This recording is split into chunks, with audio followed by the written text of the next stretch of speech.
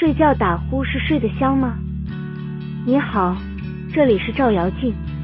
平时生活里，咱们老能听到这样一句话，听到你昨晚打呼了，睡得可真香啊。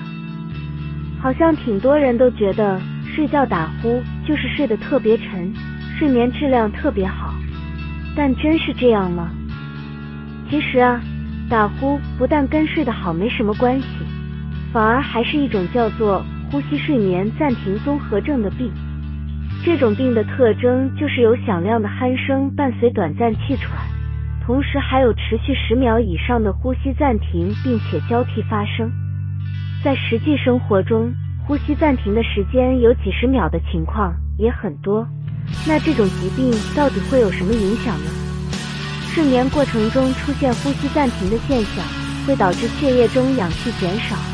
要是整夜都在打鼾，吸进去的氧气比正常人少，大脑就会因为缺氧受到影响。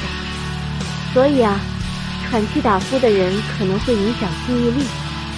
又有人早上起来会有头痛、脾气暴躁的情况，最严重的情况下会引起高血压和脑血管疾病，甚至还会导致猝死。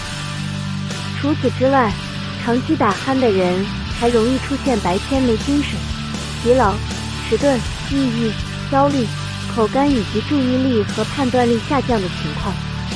要是出现睡觉的时候打鼾，并且还有呼吸暂停，白天非常困倦，或者睡着之后呼吸间隔太长的情况，就得引起注意了。今天就说到这里，记得点赞关注本频道，咱们下期视频再见。